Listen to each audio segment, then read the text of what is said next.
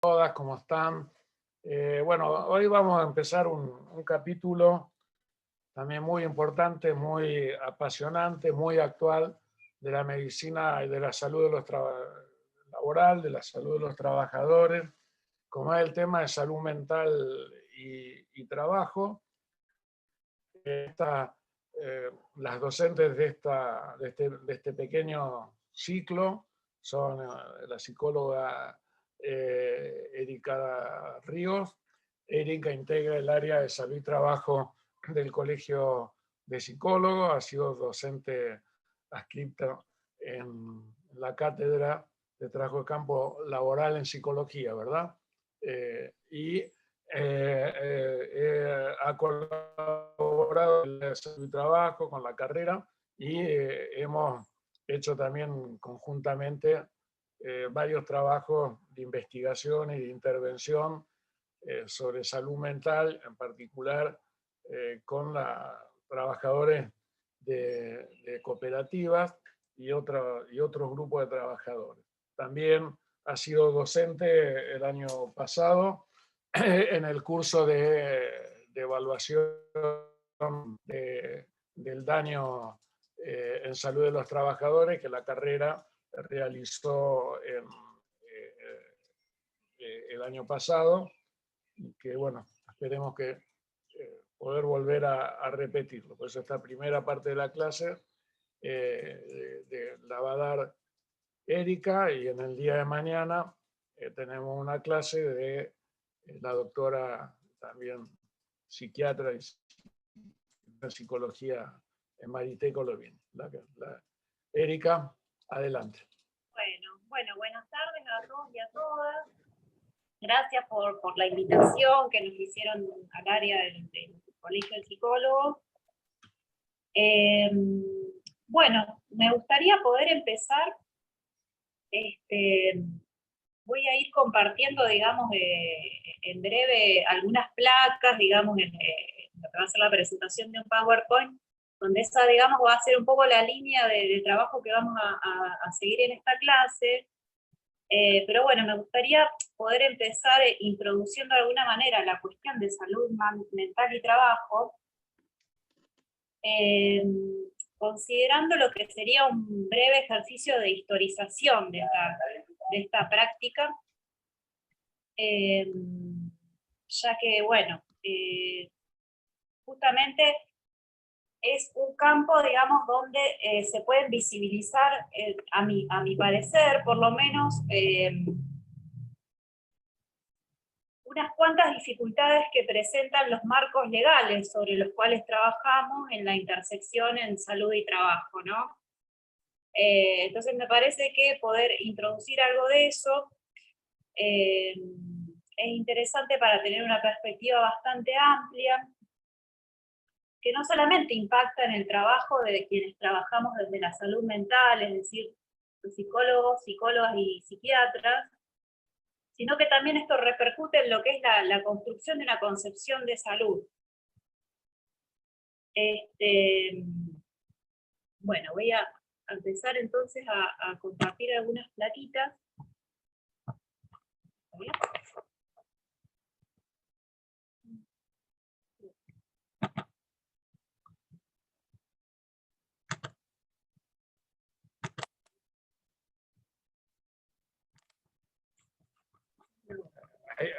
Ahí se perdió, ¿eh?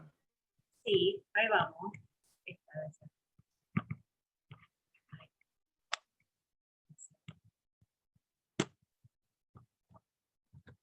Ahí está. Bien, bueno.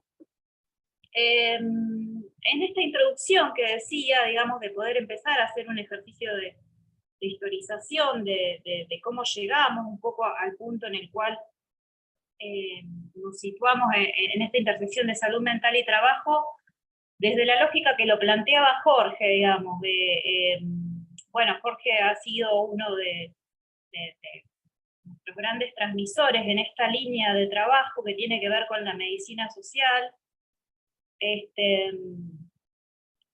y un poco lo que me interesaría introducir con esta pregunta que ustedes ven en la placa, la salud mental es lo contrario a la enfermedad, justamente es retomar un poco la historia de cómo surgen estas tensiones de las que hablaba hace un rato. Bueno, ustedes deben conocer esta famosa definición de la Organización Mundial de la Salud, del año 50, digamos de la década del 50, porque todavía, sobre todo, sigue teniendo mucha circulación y vigencia en algún punto, ¿no? A mí me interesaría empezar a partir de esta idea, digamos, y poder ir desglosando algunas cuestiones.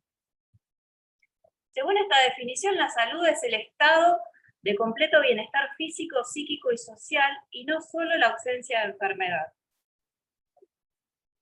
Considerando que es una definición de, digamos, ya unos cuantos años, para ese momento también, y para una organización con las características de la OMS, podríamos decir que representaba un avance, una suerte de consenso entre distintos sectores, distintas instancias esta definición, justamente porque aparecen los factores psíquicos y sociales sumados a los físicos, digo, ¿no? Aparecen otros determinantes, podríamos decir, y además se menciona que no solamente se trata de la ausencia de enfermedad, es decir, que se empieza a deslizar una idea de lo que es la calidad de vida, pero al anexarla con la idea de lo social y lo psíquico, esa idea de calidad de vida no queda reducida a una cuestión de estilo individual, digamos, de cómo cada uno hace un ejercicio de sus costumbres y en base a eso tiene salud. Me parece que, digamos, al introducir la cuestión de lo social, se podría pensar que de alguna manera nos da la posibilidad de poder introducir otra pregunta, porque quizá podemos decir, bueno, ¿y qué es lo social entonces? ¿Y qué es lo psíquico?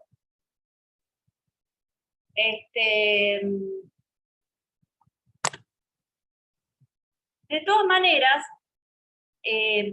por lo menos desde nuestro posicionamiento en relación a lo que es el área y a los trabajos que venimos sosteniendo, esa definición no resulta para nada suficiente. Nos interesa más una definición que tenga que ver con los procesos históricos y los determinantes sociales, y por ese motivo, digamos, bueno, como lo señala acá un poco la placa, la modalidad en la que algunas corrientes de la salud mental y el trabajo se definen y se llevan a cabo, vienen, digamos, de lo que es la tradición de la medicina social, de la salud colectiva, que sobre todo tuvieron un fuerte desarrollo en Latinoamérica a partir de la década del 60, donde justamente empiezan a interrogar esta otra noción que mencionaba antes, un poco de la OMS, pero también de la medicina más biologicista, podríamos decir, y que tiene que ver con esta idea de que es un estado, ¿no? Como algo dado y algo que tendría pocas posibilidades de moverse, o en todo caso, no sé si pocas posibilidades, pero no quedaría tan claro, digamos, bueno, cómo se sale y cómo se entra a ese estado, podríamos decir. Sin la categoría de proceso y sin la categoría de los determinantes sociales e históricos, eso no lo podemos comprender.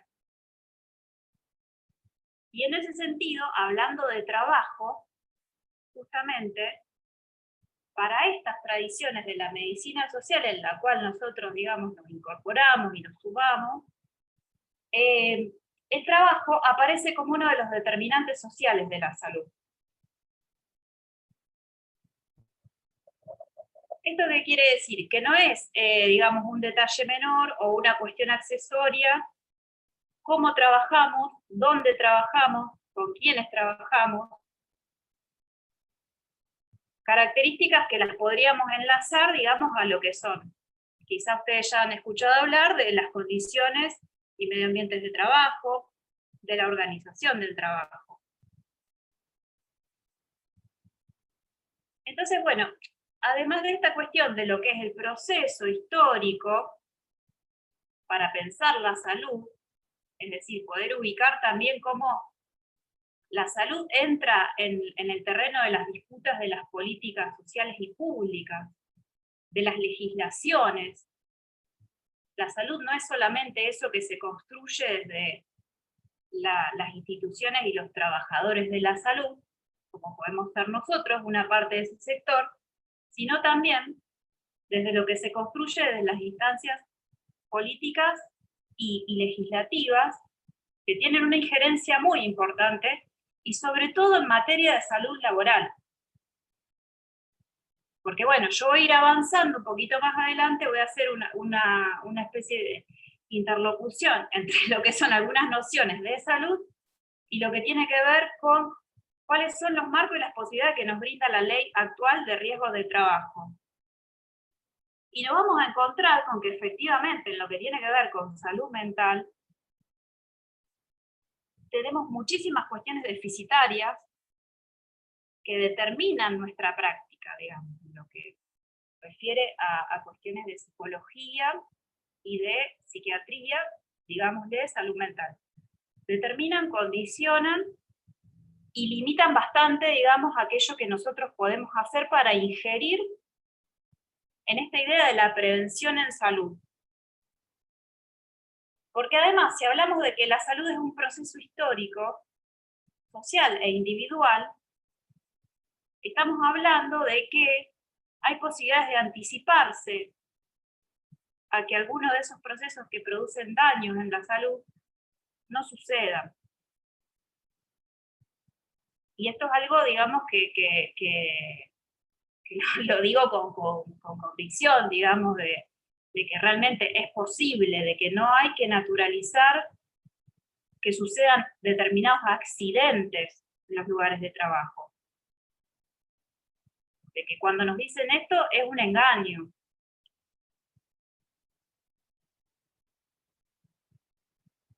Entonces, como dice acá un poco la placa, la posibilidad de pensarla como un proceso nos habilita a introducir la noción de prevención, es decir, la posibilidad de anticiparnos a que un padecimiento psíquico, en este caso, se desencadene. Desde esta perspectiva, la salud es considerada fundamentalmente un derecho social. Volviendo a esta idea entonces de la salud-enfermedad como proceso. Ustedes habrán oído nombrar esta concepción de lo que son las condiciones de trabajo, que, digamos, adquieren diferentes características según el tipo de trabajo, el tipo de tarea, según cuestiones de género, según la referencia geopolítica donde se lleve a cabo ese trabajo, y según el tipo de trabajo, ¿no? Entonces, ¿cómo se ha venido pensando esto desde lo que refiere estrictamente a salud mental? ¿Cómo las condiciones de trabajo podrían producir alteración en los trabajadores? Y lo planteo realmente como pregunta porque en nuestra ley de riesgos de trabajo, esto todavía no está reconocido.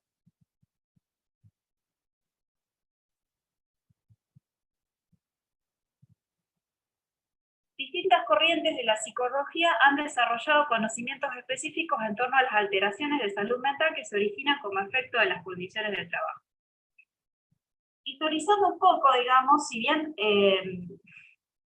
lo que es el rol, digamos, así pensado más en términos de práctica, de incumbencias profesionales, digamos, lo que es el rol del psicólogo del trabajo, ha surgido a lo que es principio del siglo XX, más asociado a la psicotecnia y a lo que era la cuestión de la selección de personal, y desde una perspectiva bastante individualista, podríamos decir, es decir, no pensando al trabajador en su contexto de colectivo de trabajo. Bueno, esa no es tanto la línea que por lo menos nosotros desde el área hemos desarrollado, sino más bien esta otra que se presenta acá en la placa, que tiene que ver con una convergencia entre los desarrollos por parte del psicoanálisis, digamos, del campo de la subjetividad, desde la psicodinamia de Christophe de Jours, que es un autor muy interesante, si ustedes quieren consultarlo, y muy claro también para poder leerlo desde otras disciplinas, donde lo interesante de este autor, por ejemplo, que empezó a hacer sus desarrollos a fines de los 70, en los años 80, es que no solamente se ocupa de investigar el padecimiento en salud mental referido a cuestiones desencadenadas por el trabajo, sino también introduce una perspectiva muy interesante donde además este autor señala que los trabajadores desarrollan mecanismos de defensa y formas de poder sostenerse en el trabajo, y que son mecanismos saludables, que tienen que ver con lo placentero. Por supuesto que en esto, bueno, habrá variantes y habrá casos muy extremos. Obviamente algo de esto es casi imposible de ubicar, digo, según los niveles de vulneración de derechos de que se trate en cada situación de trabajo, ¿no? Pero a rasgos generales, este autor, digamos, lo que plantea es esto.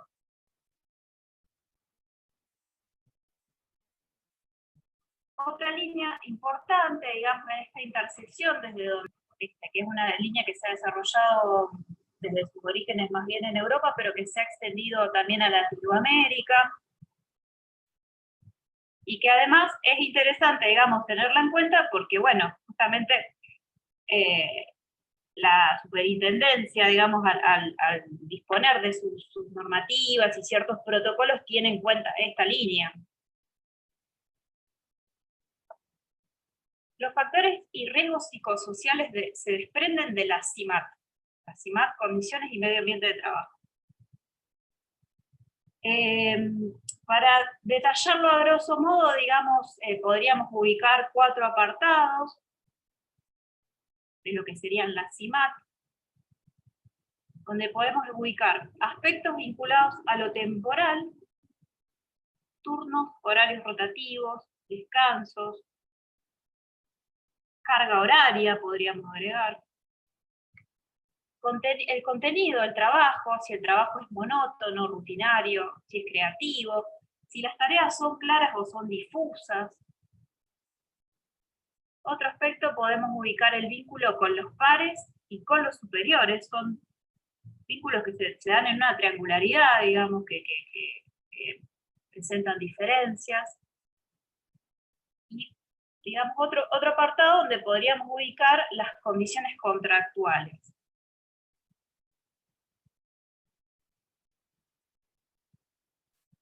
Esto como para poder introducir, digamos, un resumen bastante acotado, digamos, me parece importante agregar que todo esto siempre está atravesado por las cuestiones de género, ¿no?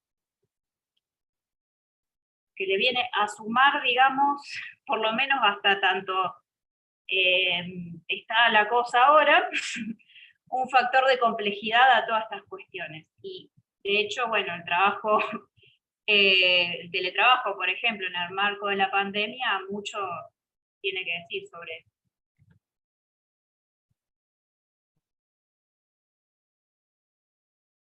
Como les decía antes, bueno, vamos a ir haciendo una especie de intersección entre lo que son concepciones de salud, salud mental y trabajo, y lo que son las legislaciones vigentes en nuestro país.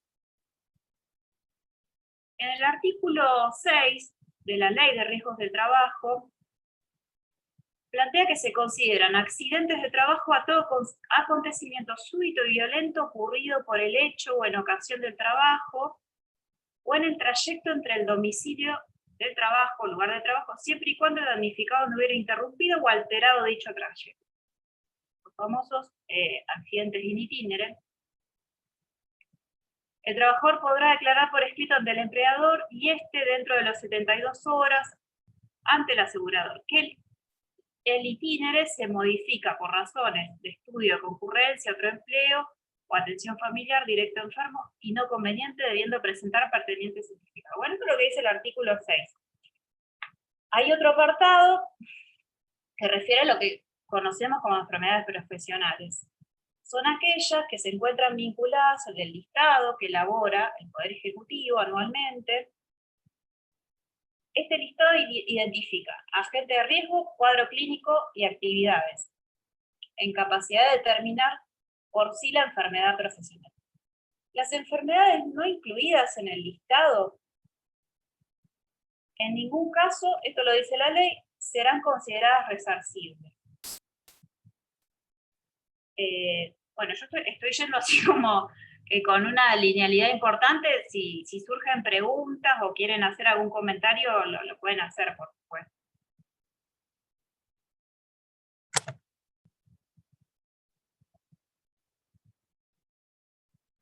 Volvemos un poco a la noción de factores de riesgo psicosociales en el ámbito del trabajo. La definición de la Organización Internacional del Trabajo y de la OMS incluye que los factores psicosociales en el trabajo consisten en interacciones entre el trabajo, el ambiente, la satisfacción en el trabajo y sus condiciones de organización por una parte, y por la otra las capacidades del trabajador, sus necesidades, su cultura, su situación personal por fuera del trabajo, todo lo cual, a través de percepciones y experiencias, pueden influir en la salud y en el rendimiento y la satisfacción en el trabajo. Bueno, sobre esa definición a lo mejor podríamos hacer algunas consideraciones.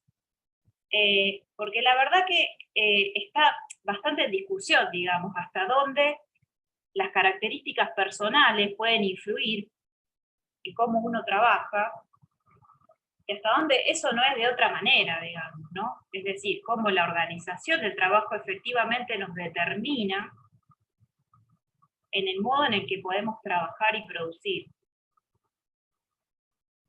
Digamos que al introducir esta definición, haría estas salvedades. Estos factores se identifican al estudiar la CIMAT, el escenario cotidiano del trabajo y lo que éste puede influenciar al trabajador, puede ser abordado mediante el análisis de las condiciones y medio ambiente del trabajo.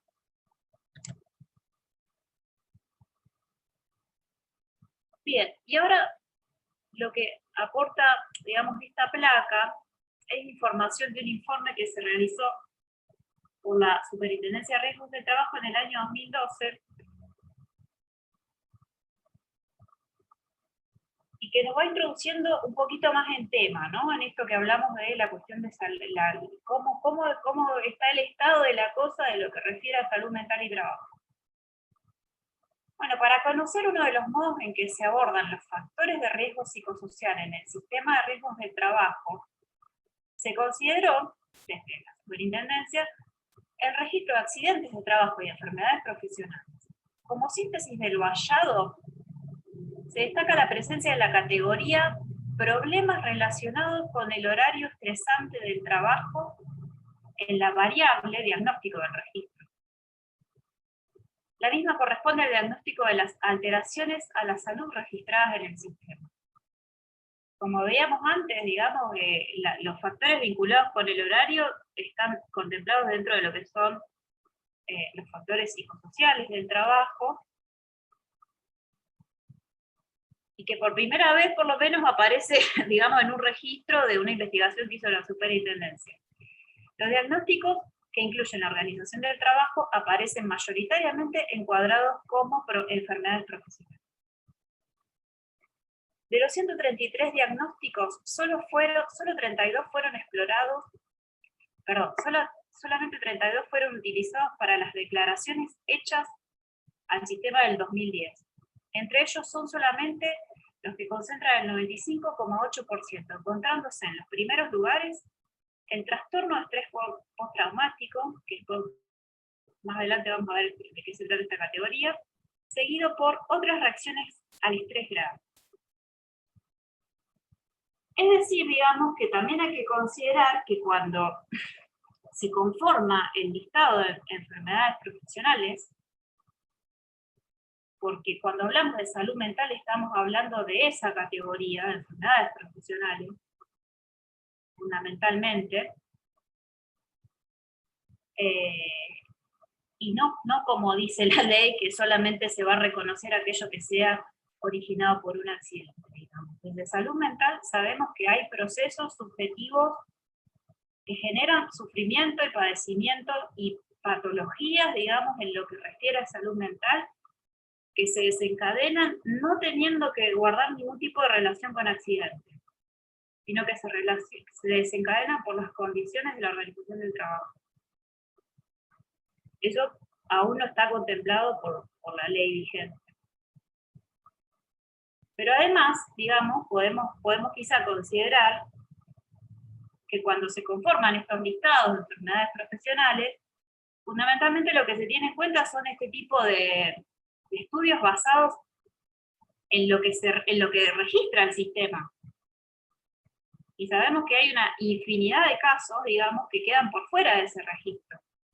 O bien porque no se declaran, o bien porque no se hacen las correspondientes denuncias, o bien porque falta muchísimo trabajo preventivo en los lugares de trabajo que informen de qué se trata un padecimiento de salud mental en el trabajo. Porque en general hay una tendencia a culpabilizar al trabajador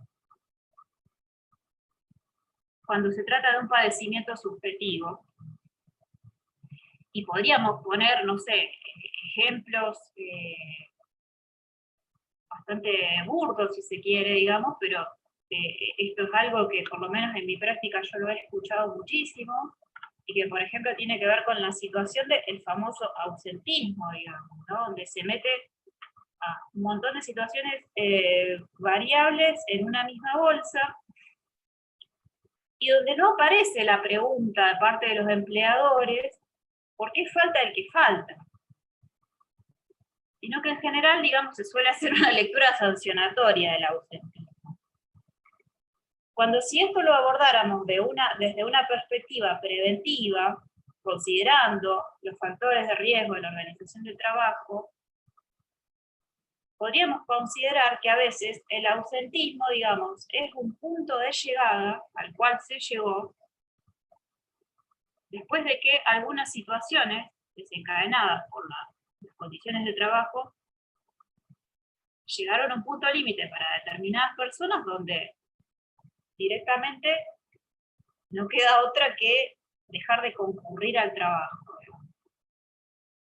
Por supuesto que esto no es generalizable, pero hay muchas situaciones que tienen que ver con esto. Y lo que estoy diciendo es que muchas veces las afecciones de salud mental quedan invisibilizadas porque se hacen lecturas sin introducir la pregunta.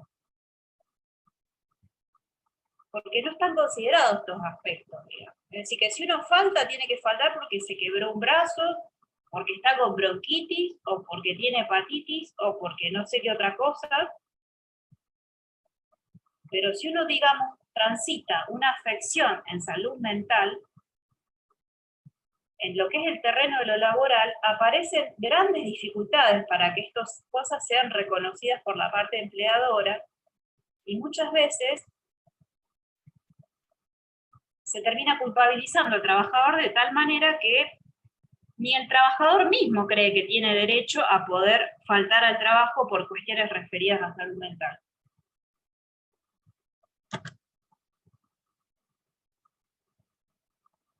Bien, para el sistema de riesgos del trabajo de la República Argentina, las enfermedades profesionales reconocidas como tales son aquellas que se encuentran en el listado expuesto en el decreto 658/96, donde se considera la estructura: agente, actividades laborales que puedan generar exposición y enfermedades. Según dicha normativa, solo en los casos en los que se cumpla esa triada es posible hablar de enfermedad profesional. En este decreto se ha incluido lo que es el baremo de psiquiatría, famoso decreto 659/96. Ahora bien, entre los agentes y diagnósticos no se encuentran las patologías, digamos, referidas a factores de riesgo psicosociales, sino que, como lo dice su nombre, es un baremo de psiquiatría, es decir, que todavía, digamos, en la legislación hay una primacía de una lectura biologicista de las patologías de salud mental.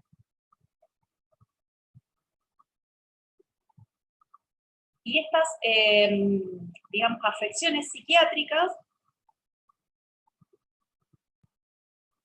se ordenan, digamos, en lo que son que ustedes deben conocer estas denominaciones, digamos, las reacciones o desorden por estrés postraumático, las reacciones vivenciales anormales neuróticas, los estados paranoides y la depresión psicótica, pero con la condición de que tengan un nexo causal específico con un accidente laboral. Y acá está, digamos, lo que yo decía antes, porque esto es lo que dice la ley, y lo que considera la ley es que hay una afección psiquiátrica, ni siquiera estamos hablando de cuestiones psicosociales, solamente si se puede demostrar que hubo un nexo causal con un accidente de trabajo. Es decir, si por ejemplo hay un trabajador o una trabajadora que denuncia violencia laboral, eso no está reconocido por la ley, y probablemente ese tipo de situaciones, que todos conocemos que existen, terminen yendo por el camino largo, eterno y engorroso de la justicia.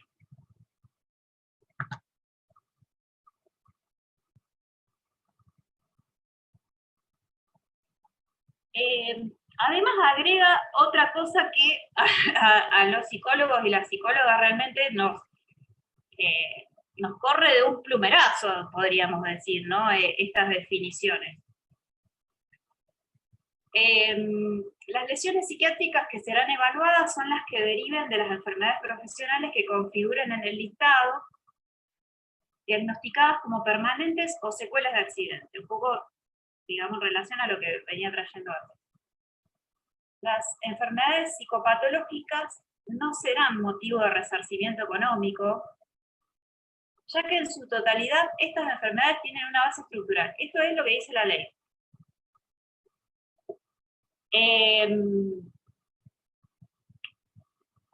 La verdad que esta noción de que las enfermedades, los padecimientos psicopatológicos tienen todos una base estructural y que no se desencadenarían, digamos, de determinadas condiciones históricas, de un proceso por el cual una persona ha transitado en un determinado momento de su vida.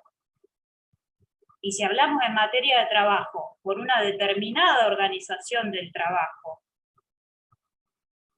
que sucede en un determinado momento histórico, va totalmente a contrapelo de lo que plantea nuestra actual Ley Nacional de Salud Mental. Tenemos, digamos, una tensión entre ambas legislaciones. Además de que, digamos, desde el campo de la salud mental, esto es totalmente cuestionable, digamos, o sea, prácticamente viene a interrogar nuestra práctica, digamos, porque si todo tuviera una base estructural y no hay forma, digamos, de poder hacer un abordaje terapéutico de cuestiones que sean desencadenadas en determinados momentos históricos, ¿qué sentido tendrían las terapias de salud mental, digamos, ¿no?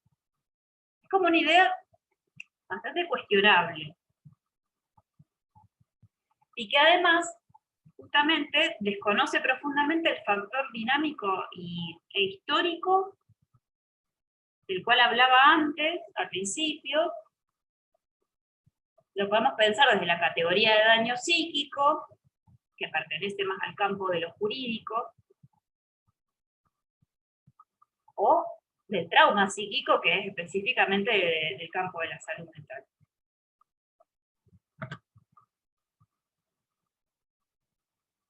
Bueno, estas son las categorías que están incluidas actualmente en el baremo de psiquiatría de la ley. Es decir, que son las categorías dentro de las cuales por ahora se pueden agrupar algunas afecciones. Queda muchísimo por añadir. porque además, estas categorías, como lo señalaba antes la ley, al momento de construir un diagnóstico, digamos, y de poder reconocerlas como tales, se tienen que vincular sí o sí con un accidente. Insisto, desde el campo de la salud mental insistimos en que cualquiera de estos padecimientos, inclusive otros que no están incluidos y que no están mencionados, no necesariamente se tienen que desencadenar a partir de un accidente de trabajo.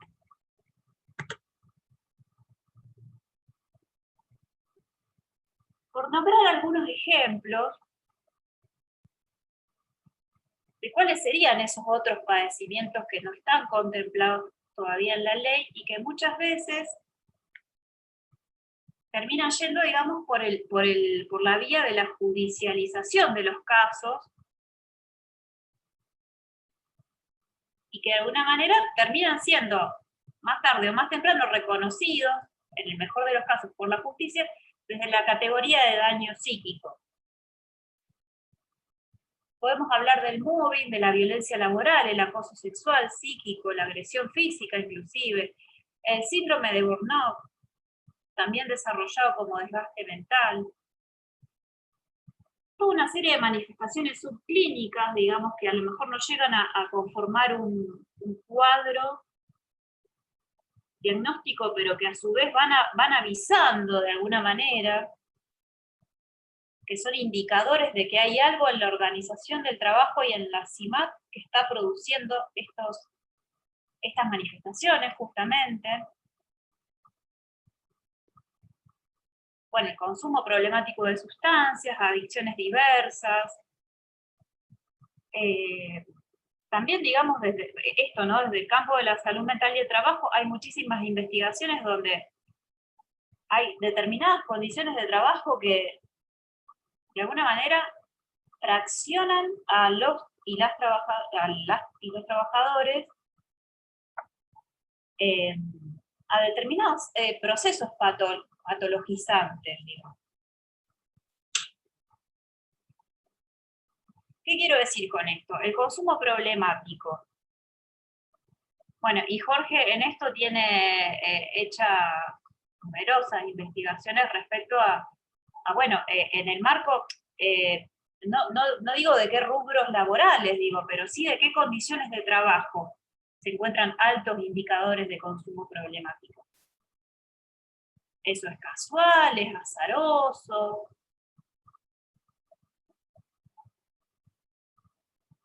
Se ponen de acuerdo, no sé, digo. Al introducir esta lectura, digamos, donde por qué en determinadas condiciones de trabajo, en determinados rubros y sectores, por ejemplo, se dan altos indicadores de consumo problemático, supongamos, trabajos que tienen una carga horaria muy importante y que además le demandan al trabajador, por ejemplo, alterar sus ritmos de sueño y de dormir, por poner un ejemplo. Y que si esto lo pensáramos desde la ley nos quedamos cortos, porque entonces, digamos, una persona tendría solamente consumos problemáticos porque le pasó algo en su infancia. Cuando la verdad que eso puede ser o no ser así. Y no hay dudas de que esas cuestiones, digamos, y esas tendencias patologizantes pueden ser desencadenadas por las condiciones de trabajo.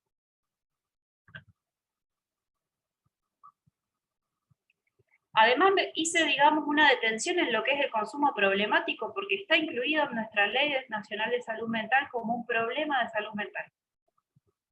Es decir, que a partir del año 2010 se corrió el eje de la penalización del consumo problemático para poder incluirlo dentro de un padecimiento subjetivo.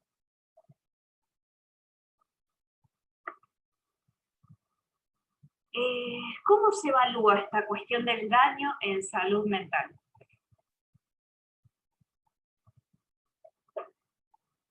Bueno, esto, digamos, es un concepto, como decía antes, que proviene de la intersección entre el discurso jurídico y el campo de la salud mental.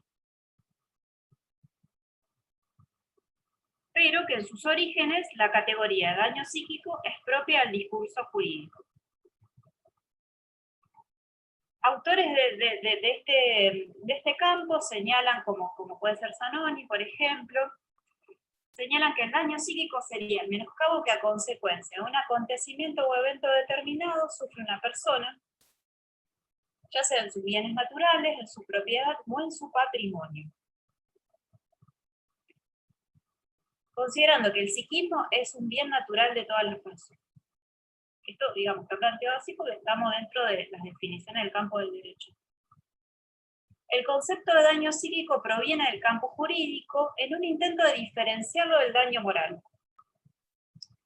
La diferencia radical consiste en que en el daño psíquico hay un cuadro sintomatológico objetivable. En el daño moral podemos pensar que hay sufrimiento, pero no habría un cuadro patológico que lo acompañe.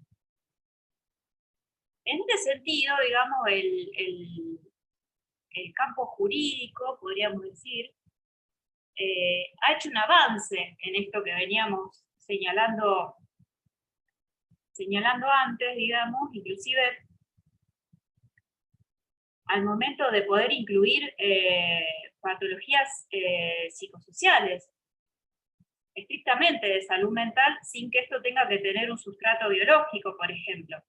Por ese motivo, digamos, muchos padecimientos que no están incluidos dentro del listado de enfermedades profesionales terminan buscando reconocimiento por la vía de la judicialización, justamente porque en ese campo sí hay un reconocimiento y está hecha la distinción entre daño moral y daño psíquico.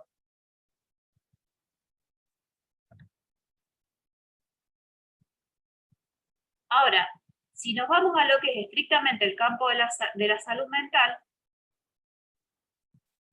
es interesante, digamos, y importante también poder introducir la categoría de lo traumático. Es decir, eso que en el campo de lo jurídico se llama daño psíquico, en el campo de la salud mental hablamos de trauma psíquico, de subjetividad y de producción sintomática.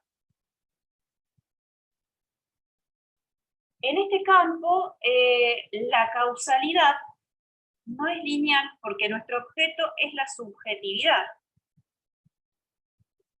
Y es imposible, digamos, pensar una subjetividad sin el atravesamiento de los procesos históricos y sociales.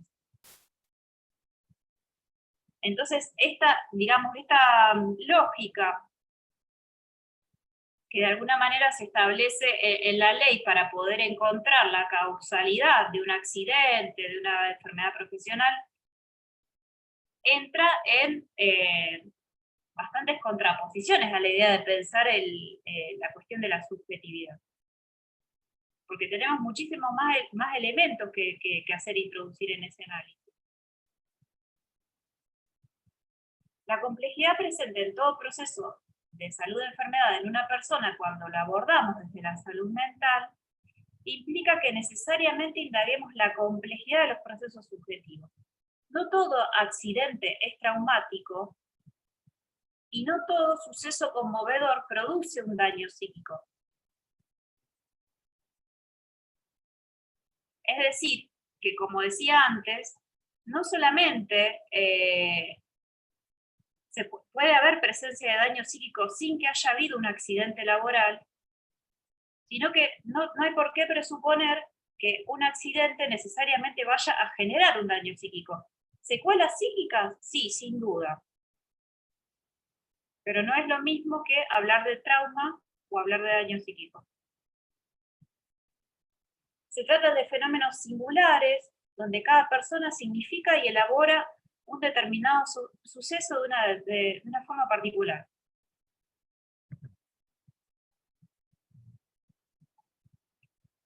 Los elementos a tener en cuenta al momento de hacer un psicodiagnóstico, justamente para evaluar esta cuestión de, bueno, cómo desde salud mental arribamos a la conclusión de que hay daño psíquico si estamos en un trabajo enmarcado dentro de lo que es el campo jurídico, como pueden ser las pericias, por ejemplo, o bien los psicodiagnósticos que se elaboran en las comisiones médicas. Bueno, hay algunas cuestiones que son centrales para tener en cuenta. Una de ellas es la construcción del psicodiagnóstico, que tenemos en cuenta las siguientes herramientas, digamos, las entrevistas, donde, bueno, hay una diferencia en cómo está estructurado, por ejemplo, un informe que se va a armar para una comisión médica, a lo que son las elaboraciones de informes periciales e informes psicológicos, que también sería otra cosa.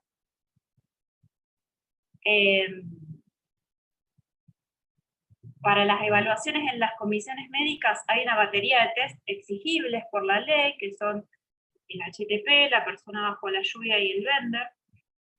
Esto en el ámbito judicial, o sea, en el terreno de lo que son las pericias psicológicas, referidas, por ejemplo, a lo laboral, pero también se extiende a cualquier otro de los fueros, digamos, no hay una delimitación del material que se debe utilizar para hacer un psicodiagnóstico. Es decir, que queda a criterio del profesional qué herramientas va a usar para poder arribar a ese diagnóstico. Otro de los elementos a tener en cuenta al momento de poder discernir, digamos, si hay o no daño psíquico, o bien trauma psíquico, o algún padecimiento en salud mental, es la cuestión de la personalidad de base, donde en el trabajo de las entrevistas y de la batería de test, digamos, lo que se indaga es la historia singular, familiar.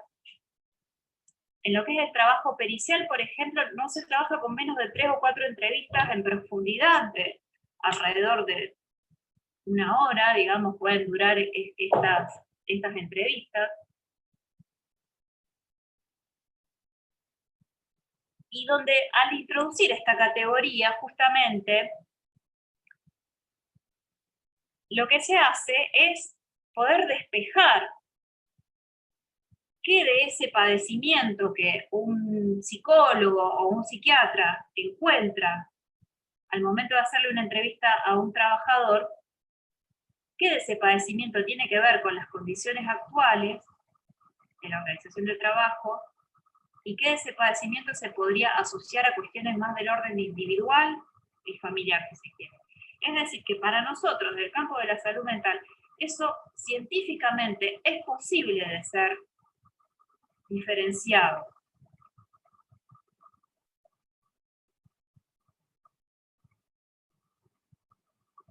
Otro aspecto a tener en cuenta es la cuestión de la sintomatología actual, justamente, que se relaciona y se viene a diferenciar de esto que decía antes de la personalidad de base. Con personalidad de base, digamos, nosotros lo que planteamos es, bueno, cuáles son las características de estructuración subjetiva de una persona que efectivamente tiene que ver con su historia singular. Con sintomatología actual, lo que mencionamos es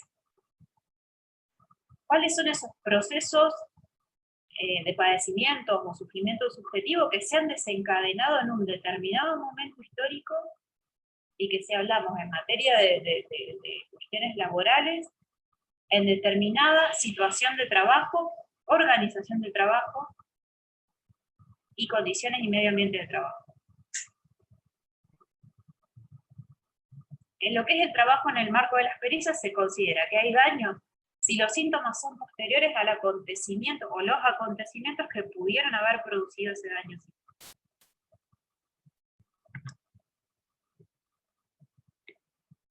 Bueno, eso un poco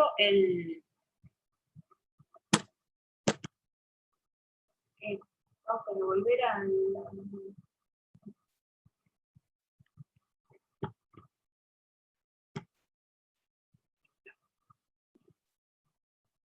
Bueno, este es un poco el recorrido general que habíamos planteado en base a los temas a trabajar en esta clase específica de salud mental para hacer una introducción, considerando que su gran mayoría, digamos, son todos trabajadores de otras disciplinas, ¿no? Y bueno, esto, digamos, intentaba hacer una especie de recorrido a grosso modo me interesaría poder charlar con ustedes sobre esto que estuvimos viendo, digamos, qué preguntas tienen al respecto, si conocían, digamos, algo de esto que fui mencionando, si les interesaría volver sobre alguna cuestión. Ahí veo que está Silvia. No sé, Silvia, si te parece que ha quedado, digamos, dentro de lo que quedaba señalado por trabajar en este apartado del programa, alguna cuestión que haya que agregar. O bien, bueno, conversamos un poco sobre las preguntas que se pudieron haber generado a partir de este recorrido que hice.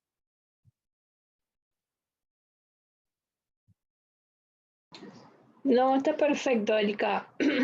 Creo que ellos ya tenían también un pantallazo desde la materia anterior, que era medicina legal, donde ya habíamos machacado bastante los aspectos faltantes de las apreciaciones en cuanto a riesgos psicosociales y a la poca jerarquización que le da el decreto 659 con respecto a la ausencia directamente de enfermedades relacionadas con la salud mental. Eso ya los habíamos estado charlando. La mirada es como la nuestra, la de ustedes, así que está bueno seguir machacando sobre el asunto. Sí, yo me quedaba, entiendo que en el auditorio, digamos, en su gran mayoría son médicos y médicas, ¿no? Me quedaba pensando, me parece importante también que a lo mejor aprovechemos esta oportunidad para poder hacer algún intercambio, en que muchas veces hay situaciones clínicas que se nos pueden presentar tanto a la disciplina de ustedes como a la nuestra, donde a veces por mis diálogos, digamos, con trabajadores médicos y médicas, aparece la pregunta de cómo ubicar algo del padecimiento subjetivo y qué se podría hacer con eso también, ¿no?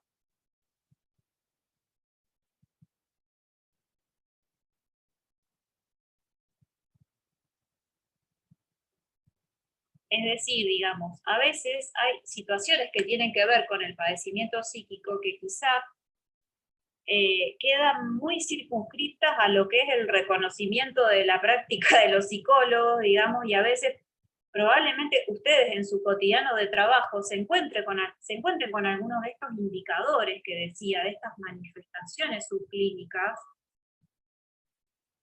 y que sería sumamente interesante, digo, si apostamos al trabajo desde una mirada integral de la salud, poder ir también ubicando alguna de estas cuestiones, digo, ¿no? Porque muchas veces,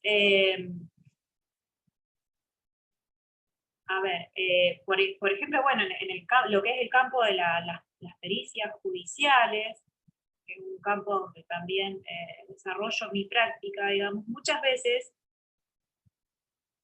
hay personas que han transitado, bueno, generalmente llegan a la instancia del accidente de trabajo, digamos, ¿no? Generalmente esto todavía es así. Pero bueno, hay casos donde hay personas que han transitado por este tipo de situaciones, donde han tenido algún tipo de accidente laboral, con secuelas físicas claramente reconocibles, digamos, y pasan por instancias de revisión clínica médica, y hay cuestiones que realmente tienen que ver con lo que es salud mental, que quedan totalmente invisibilizadas. Y voy a dar un ejemplo, digamos. ¿No? Bueno, un trabajador, por ejemplo, que tuvo un accidente in itinere volviendo a su casa, un trayecto largo, pongamos desde una zona de la ciudad de Rosario a alguna localidad cercana, en moto, tiene un accidente, tiene una fractura, digamos, importante en una de sus piernas, pero además, por ejemplo, a partir de ese accidente, le quedan otro tipo de secuelas y que son muy recurrentes de este tipo de situaciones, digamos, de los accidentes de tránsito, por ejemplo, y que tiene que ver con dificultades en el dormir. La persona da cuenta de que tiene recurrentes sueños que son asociados o le recuerdan al hecho traumático, al accidente. La persona se despierta por la noche, no logra tener un descanso, digamos, de continuo, sino que su sueño es interrumpido por este tipo de cuestiones.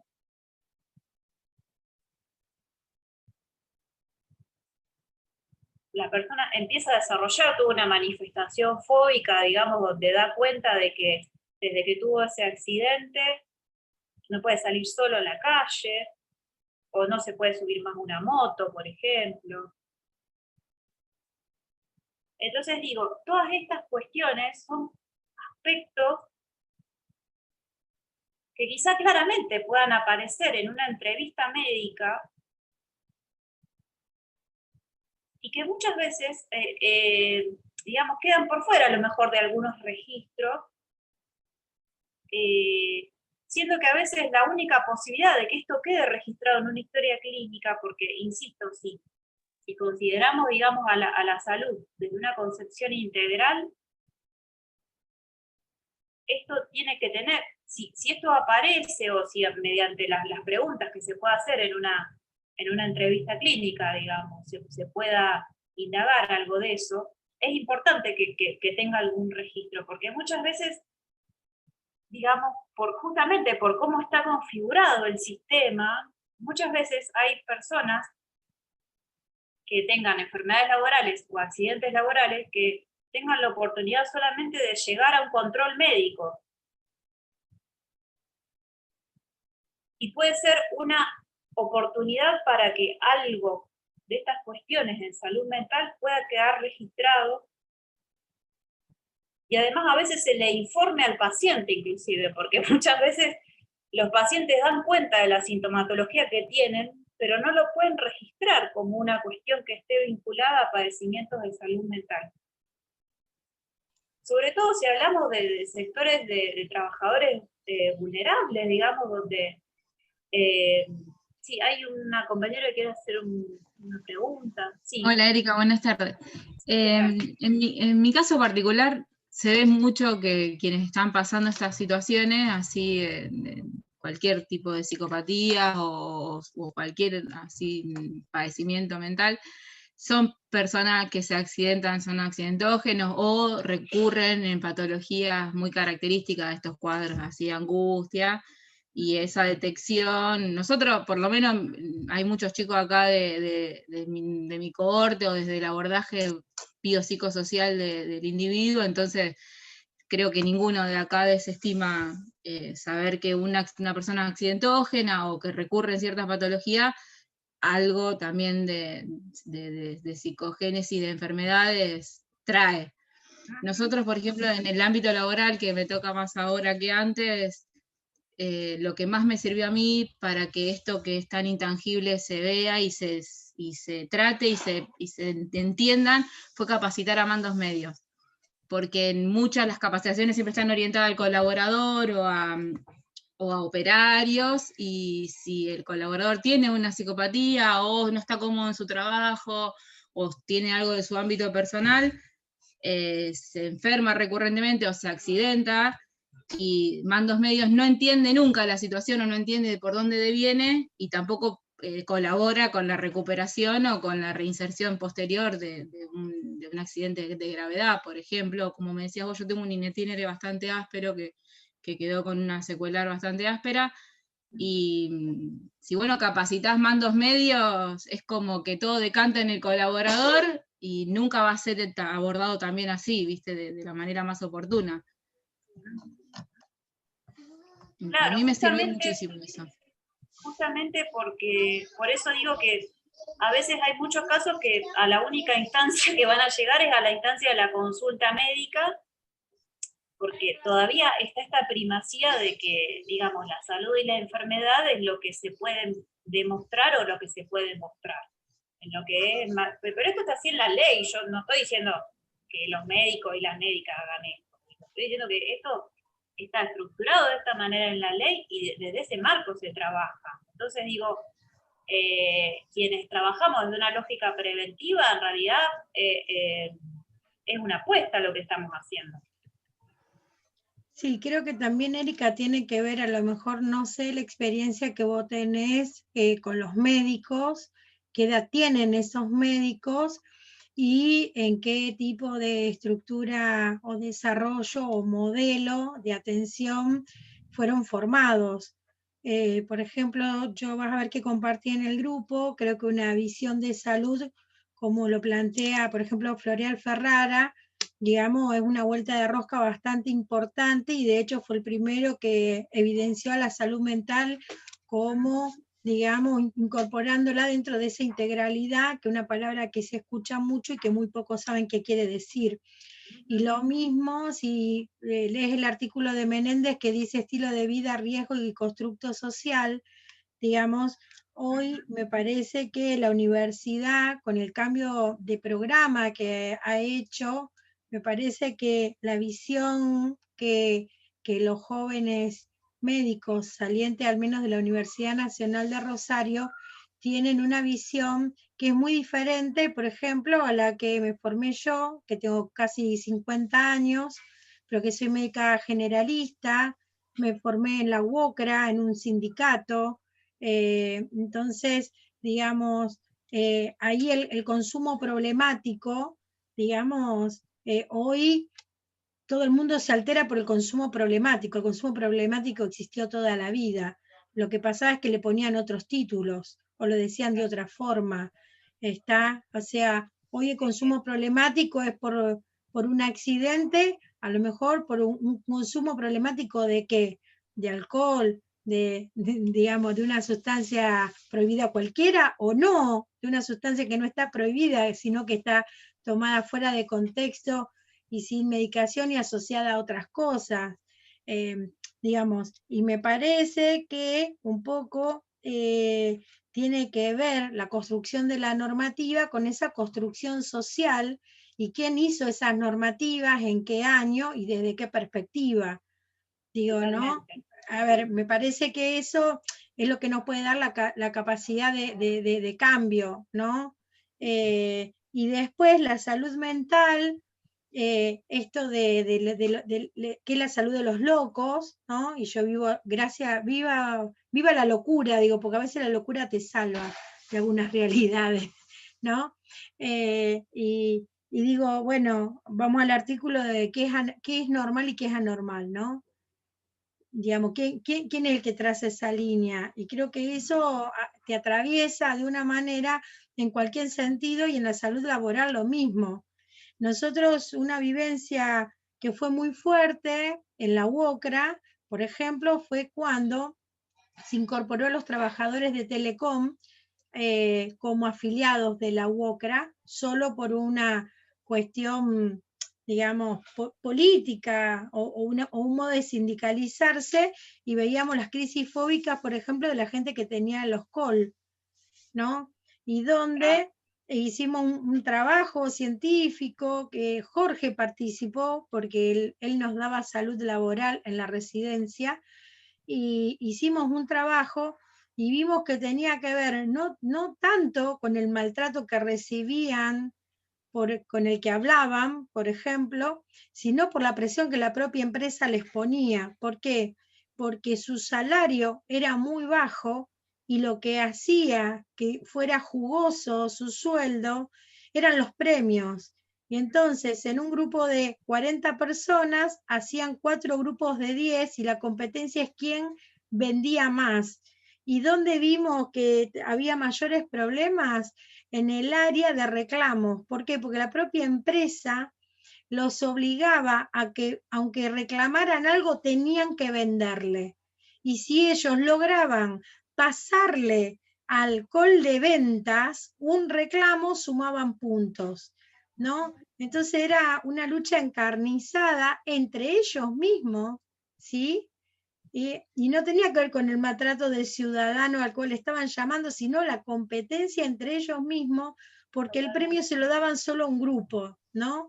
y cómo eso alienaba y cómo veíamos las crisis fóbicas que se daban entre estos trabajadores. Te estoy hablando del año 90, ¿no? Toda una antigüedad.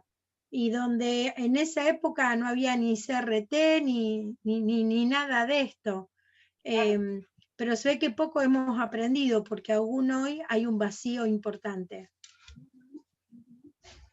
Sí, sí, totalmente. No, desde ya que, digamos, cuando yo hago estos señalamientos o estas críticas, no estoy hablando de ningún profesional en particular, cité un ejemplo, digamos, sino justamente de lógicas de cómo funciona el sistema,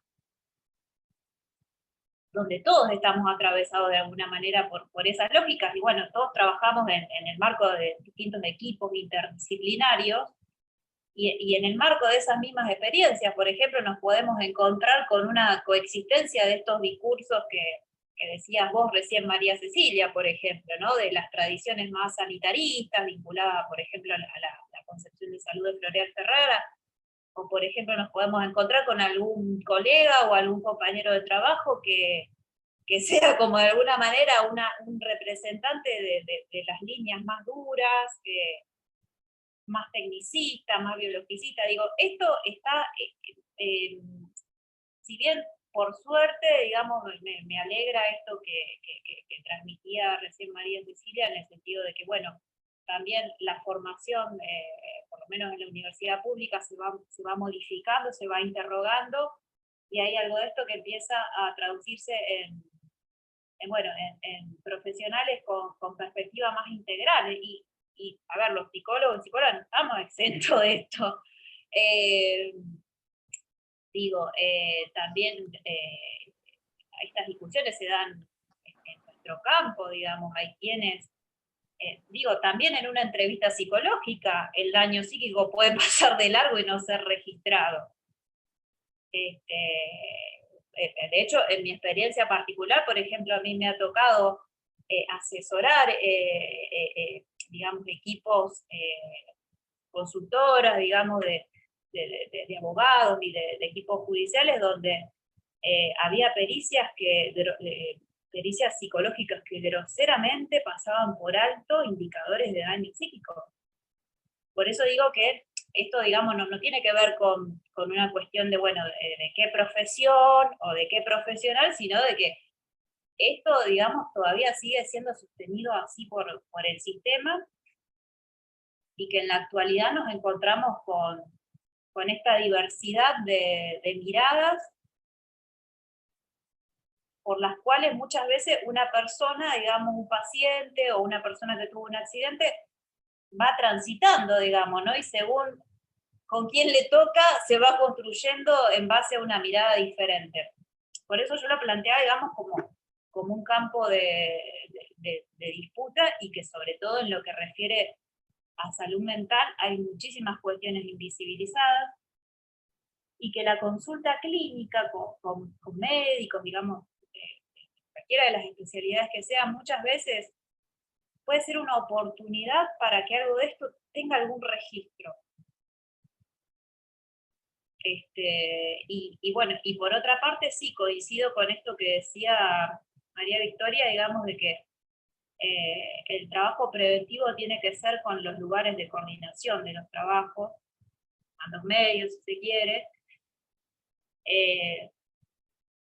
porque pareciera que en esos sectores, digamos, lo que prima es, bueno, justamente, ¿no? Por el sector del que se trata, prima una lógica patronal, digamos, o sea, de poder ubicar dónde está, digamos, la cuestión a sancionar de alguna manera. Pero digo, también inclusive se les puede hacer un planteamiento que incluya esto de, bueno, a vos que como mando medio, ¿qué es lo que te preocupa? Que se te reduce la producción, que tenés menos trabajadores en un turno. ¿Esa es tu preocupación? Bueno, supongamos que esa es tu preocupación. Bueno, justamente, o sea, hasta que no abordes el problema de fondo, esto va a seguir haciendo ruido por algún lado. digo, no se soluciona, hay cuestiones, sobre todo las cuestiones que tienen que ver con salud mental, que no se solucionan con más sanciones, de ninguna manera. Sino que muchas veces esa lógica recrudece posturas sufrientes y que en algunas instancias esas posturas sufrientes se pueden volver muy perjudiciales para el resto de los compañeros también. Porque no es solamente una persona atravesando, pongamos, una depresión o cualquier otro tipo de padecimiento subjetivo, sino que ese trabajador va a impactar en su equipo de trabajo, a nivel de lo que pueda o no pueda hacer. ¿De qué manera? Y va a sobrecargar a los demás, puede tener, digamos, dificultades en la ejecución de su tarea, mandarse grandes equivocaciones y generar conflicto en lo que es todo un proceso de trabajo. Es decir, que con la postura, digamos, individualista, muy lejos no llegamos, y que eso es importante, sobre todo poder hacer un ejercicio de concientización, no solamente en los trabajadores, porque a veces lo que le sucede justamente a los trabajadores es que o bien no pueden identificar el origen de lo que genera sufrimiento o padecimiento psíquico, porque también es una cuestión cultural, digamos, más allá de lo que dicen las leyes, hay cuestiones culturales donde la tendencia es pensar que no sé, es un problema mío. Y la verdad que bueno, que desde el campo de salud mental tenemos mucho trabajo para hacer en este sentido. Yo creo que digamos, la situación de la pandemia, como tantas otras cosas, viene a visibilizar fuertemente, si hablamos de esto de, a ver, cómo poder discernir cuando un padecimiento subjetivo tiene que ver con las condiciones laborales. Bueno, la pandemia nos ha traído millones de ejemplos.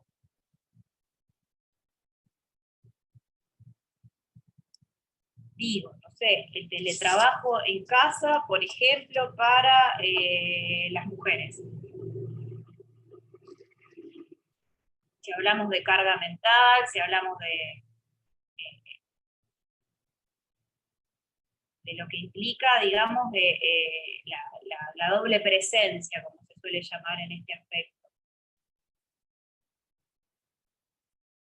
¿Y en qué punto nos encontramos con eso? Y nos seguimos encontrando con el mismo problema, digamos, porque, por ejemplo, los padecimientos de salud mental, que no tengan nada que ver con un accidente, todavía siguen sin ser registrados por la ley, pero además, digamos, ahora en contexto de pandemia, surgió un decreto que por ejemplo, el decreto que salió a partir del contagio de COVID de los trabajadores esenciales, salió un decreto para que las ART puedan reconocer esta afección, digamos, como una enfermedad profesional, es decir, ocasionada pura y estrictamente por las condiciones de trabajo, por la situación de trabajo, y también a eso se le busca la vuelta para que de alguna manera no sea así, no sea reconocido. Entonces digo, esto habla de una lógica. Para quienes trabajamos en salud mental esto no es nada raro, porque nos suena bastante conocido esto de que le buscaron la vuelta para que no, digamos. No, pero no es listada porque tal y tal cosa. Y fíjense, digamos, en el estado que está esta cuestión, que estamos hablando de marco de una pandemia. Es gravísimo. Que haya un desconocimiento de las legislaciones que protegen a los trabajadores de salud, además. Que se contagian trabajando, cuidando la vida de la población.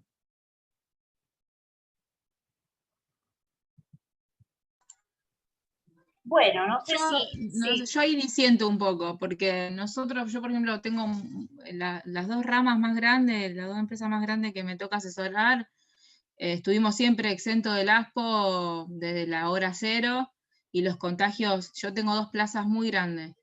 Los contagios los empecé a tener en julio, cuando empezaron a liberarse las reuniones familiares. Realmente la mayoría de mis contagios en su momento fueron muy en el ámbito personal. Hoy no, hoy tenemos circulación comunitaria y la verdad que es muy difícil discernir. Tampoco me pongo en eso, el colaborador presenta COVID positivo y yo lo denuncio al ART. Después ellos se encargarán de que no les cuesta nada inculpabilizar las cosas. Claro. Pero yo discerno por completo en eso. En nuestros trabajos, por lo menos en la mayoría de este tipo, que están muy en la lupa, tenemos inspecciones muy seguidas, los chicos adentro se cuidan todos.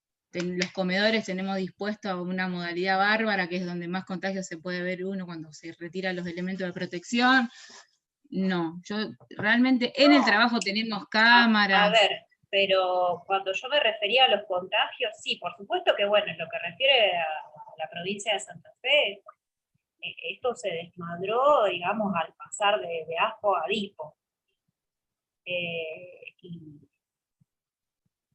Y cuando me refería a esta cuestión de los contagios en situación de trabajo, de ninguna manera me estaba refiriendo a que los trabajadores no tengan los cuidados suficientes, sino justamente que en la medida en que los cuidados que tienen que sostener los trabajadores de salud no van acompañados de medidas del control de la salud de la población, como actualmente está sucediendo, y nos encontramos con esto, digamos, ¿no? De eso no hay duda. Y después la cuestión de género, yo no acuerdo con vos que el teletrabajo ha aumentado el problema de salud mental de las mujeres. Yo creo que lo único que hizo es visibilizar un problema que es histórico. La triple carga se genera, no importa dónde la mujer trabaje, porque cuando llega a su casa, después de haber trabajado todo el día, tiene que asumir el rol de madre, tiene que asumir de cuidadora, tiene que asumir un montón de roles. Lo único que hizo para mí, lo que el home office, es visualizar la problemática histórica, nada más. Por eso no acuerdo que haya aumentado esa problemática. Yo creo que esa problemática estuvo siempre, lo que pasa que era silente y no había a veces manera de poder visualizarla. Y el home office lo que hace es visualizarla por la crisis que pasa, por ejemplo, en una reunión. Yo si ahora te abro acá la puerta, tengo un despelote del otro lado con mis 3 hijos. ¿Sí? Claro. Y tengo que estar en clases. Ahora, cuando yo voy a clase presencial, mis hijos tienen que esperar que yo llegue para que pueda hacerle la comida y ahora tienen que esperar que yo me desconecte para que le haga la comida. La problemática es la misma, digamos. Sí, yo me refería...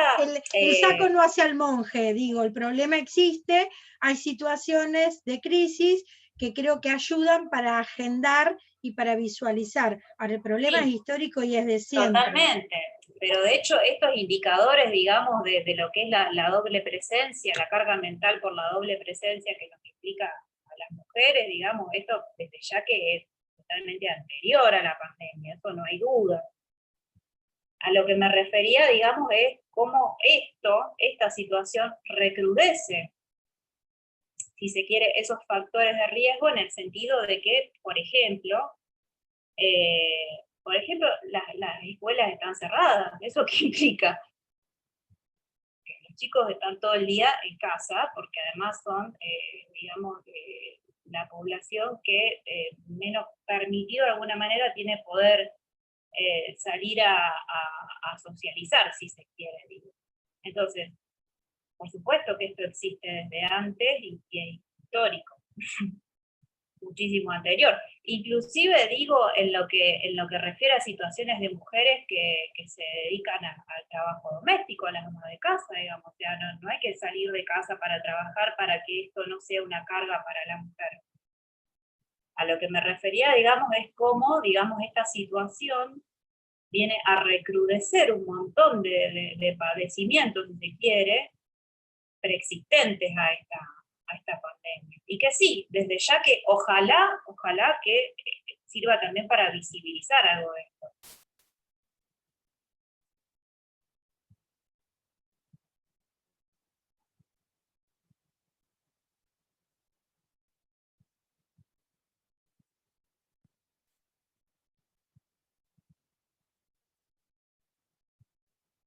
Bueno, no sé si hay alguna otra cuestión que les interesaría que conversemos.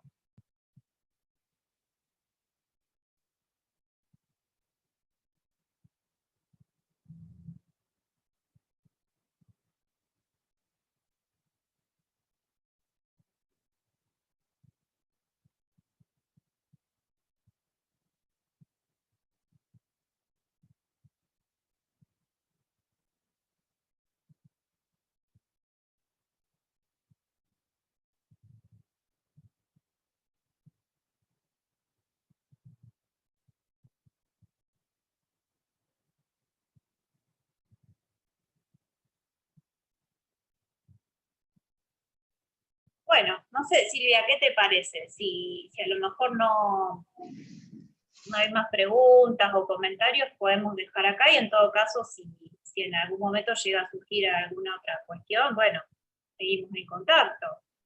Dale, Esto intentaba ser una especie de paneo general de muchísimas cuestiones en una clase que a lo mejor quede un tanto acotada, pero bueno, por supuesto que hay cosas que se pueden retomar.